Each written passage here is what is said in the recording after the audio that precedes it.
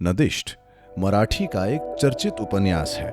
नासिक की गोदावरी नदी इसका प्रमुख पात्र है। दरअसल इसके लेखक में नदी के प्रति, पर्यावरण के प्रति, मानवता के प्रति एक दायित्व है, जिसकी अनुभूति उपन्यास पढ़ते समय कदम कदम पर आती है। आइए आपका परिचय कराएं लेखक मनोज बोरगांवकर जी से। महाराष्ट्र के नांदेड़ जिले में बतौर राजनीति विज्ञान प्राध्यापक कार्यरत होने के साथ साथ बीते 25 सालों से मराठी साहित्य में उन्हें एक प्रयोगशील कवि माना जाता है। संवेदनशील साहित्यकार मनोज जी के नदिष्ट उपन्यास के 1 साल के भीतर 3 संस्करण निकल चुके हैं। उनकी इस रचना को मनोरमा पुरस्कार, दिवाकर चौधरी पुरस्कार से नवाजा जा चुका है। उन्हीं की जुबानी किताब की कुछ लाइनें सुनते हैं। मी मात्र सुन्न पडून राहिलो। माकडांचा नाश्ता आता झाला होता। ती साळसूतपणे झाडावर बसून होती। काही घडलेच नाही अशा थाटात। आज मात्र माकडांनी मला चार्ल्स डार्विन 100% पटवून दिला होता। सभी को नमस्कार, मैं मनोज बोरगांवकर। नदिष्ट यह मेरा उपन्यास 20 साल का मेरा और नदी का रिश्ता है। इस उपन्यास की नायिका नदी है। मेरा यह मानना है कि अगर नदी बहती रहेगी तो आने वाली पीढ़ियाँ भी बहती रहेगी, आने वाली नस्लें जिंदा रहेगी। इमरोज जी का एक शेर मैं आपके सामने पेश करना चाहता हूँ कि गंगा जिस्म धोती है, सोच नहीं, पाप सोच करती है, जिस्म नहीं।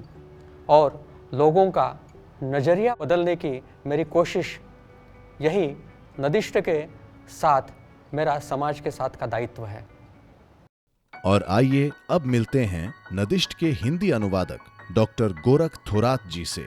डॉक्टर गोरख थोरात समकालीन हिंदी अनुवादकों में एक चर्चित नाम है। महाराष्ट्र के संगमनेर इलाके में जन्मे गोरख थोरात पुणे विश्वविद्यालय से एमए और पीएचडी किए हुए हैं। इन्हें हिंदू जीने का समृद्ध कबाड़ उपन्यास के अनुवाद के लिए महाराष्ट्र राज्य हिंदी साहित्य अकादमी का मामा वरेरकर पुरस्कार तथा बाल गंधर्व उपन्यास के अनुवाद के लिए valley of words international literary and arts festival 2019 Dehradun का श्रेष्ठ अनुवादक पुरस्कार प्राप्त हो चुका है। मैं छिपता हुआ आगे बढ़ा।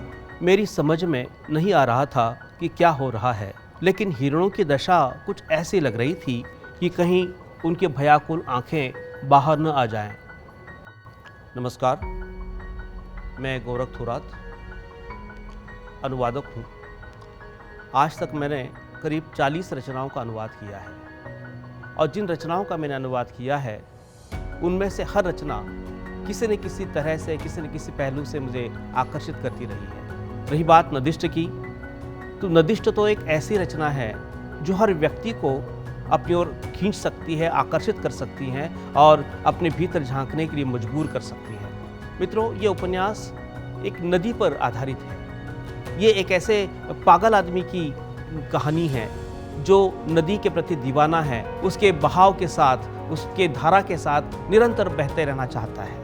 और इसी कारण यह उपन्यास मुझे इतना भा गया कि मुझे लगा ये हिंदी जगत के सामने, हिंदी समुदाय के सामने, हिंदी संसार के सामने इसे आना ही चाहिए, ताकि नदी के बारे में कुछ नए पहलू इस उपन्यास के लोगों तक पहुंच सके।